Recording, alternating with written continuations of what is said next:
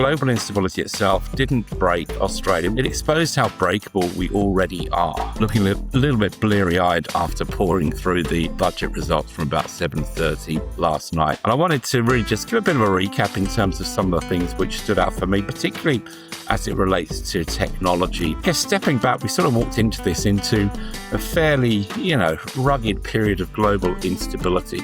But I want to just be a little bit sort of frank and open at the beginning here, and that is that if we think about it, global instability itself didn't break Australia. We weren't necessarily broken, but it exposed how breakable we already are if we don't get the fundamentals right. Because clearly when tensions flare between major powers, the US, Iran, before that Russia and Ukraine, whoever's involved, a few things happen. Oil markets do tend to tighten, supply chains wobble, and small economies like ours tend to feel it much more rapidly than some of those larger global economies. But the real story, I think, here isn't the instability. It's Australia went into this moment, into this budget night, with weak fundamentals, flat productivity, rising costs, and a national wealth model built on mining booms and property cycle. And this isn't about blaming any generation. Most Australians, especially those who started with next to nothing, built their lives through hard work and sacrifice. The issue isn't the people, it's that the system has never evolved as markets have evolved. Mining carried us for decades, property carried households,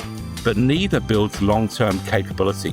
And global shocks really just made that impossible to ignore for any longer. And we found ourselves in a moment where we have a federal government, love them or loathe them, who had the mandate to do what they need to do. They had the majority and felt competent enough to make some of those big radical changes without fearing those short-termism feedback, negatives that might come from that. And that's why the budget finally moved on the untouchable.